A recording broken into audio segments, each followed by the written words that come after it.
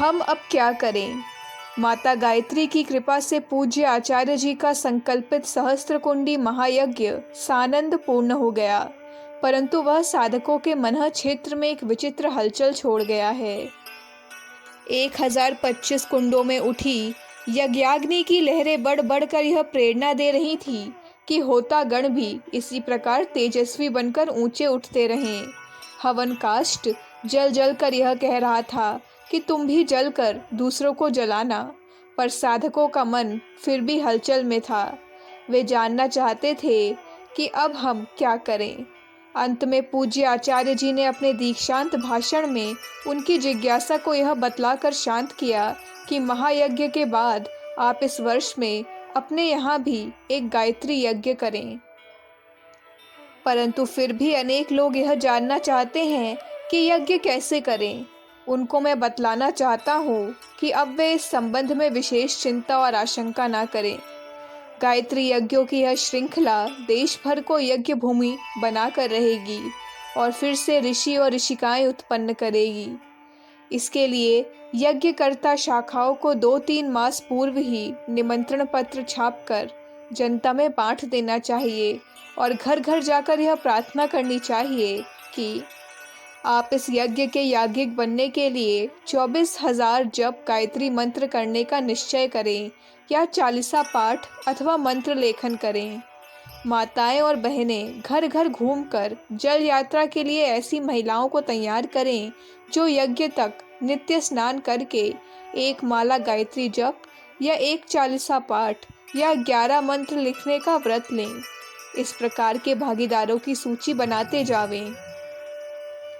यज्ञ तिथि के 1 मास पूर्व यज्ञशाला का निर्माण आरंभ कर दें। सब साधक दिन या रात में किसी भी समय इकट्ठे होकर श्रमदान से इस कार्य को संपन्न करें। ग्राम निवासियों से घर घर जाकर प्रार्थना करें कि वे श्रमदान करने आवें। जिस यज्ञ में जितने अधिक व्यक्तियों ने श्रमदान किया होगा वह उतना ही अधिक सफल समझा जाएगा। संपन्न व्यक्तियों या बड़े पदाधिकारियों से भी 1 पत्थर या 1 टोकरी मिट्टी अवश्य डालने की प्रार्थना करके उनको भी इस यज्ञ के पुण्य में सम्मिलित करना चाहिए। जब कुंड और यज्ञशाला बन जावें तो गायत्री उपासिकाओं को गांव की समस्त माताओं के पास जाकर उसे लेसने, लीपने, पोतने, रंगने का कार्य में श्रमदान करने की प्रार्थना करनी चाहिए। यज्ञशाला की सजावट स्थानीय परिस्थिति के अनुसार श्रम से ही करनी चाहिए।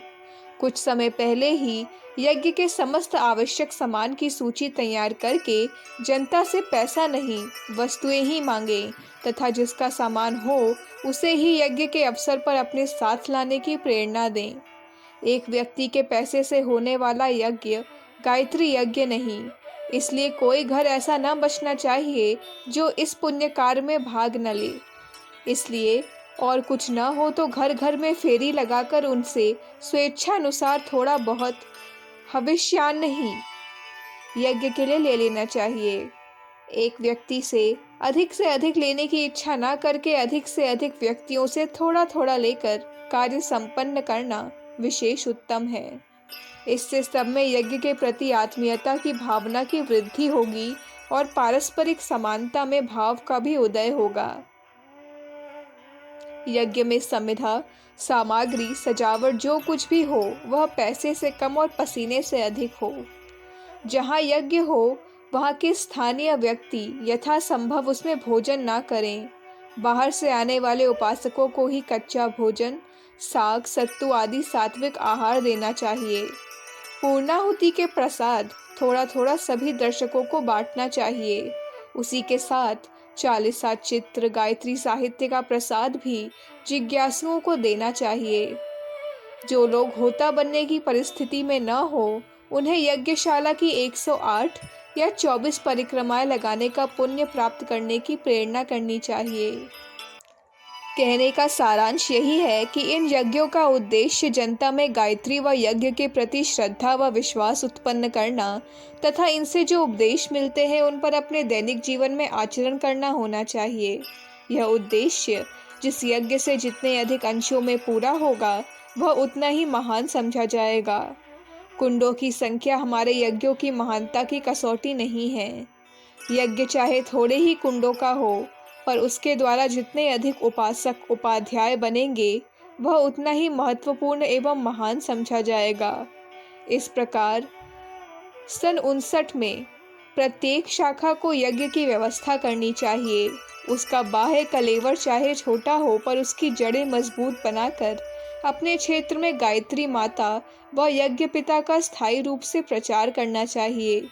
अब महायज्ञ के बाद हमारा कार्यक्रम कर्तव्य यही है कि हम गायत्री व यज्ञ का संदेश घर घर में पहुंचा दें। अखंड ज्योति, दिसंबर 1958, पृष्ठ संख्या 14-15। हमारे YouTube चैनल विचार क्रांति दूत अखंड ज्योति पत्रिका को सब्सक्राइब करें एवं अगली वीडियोस प्राप्त करने के लिए बेल आइकन दबाएं। धन्यवाद।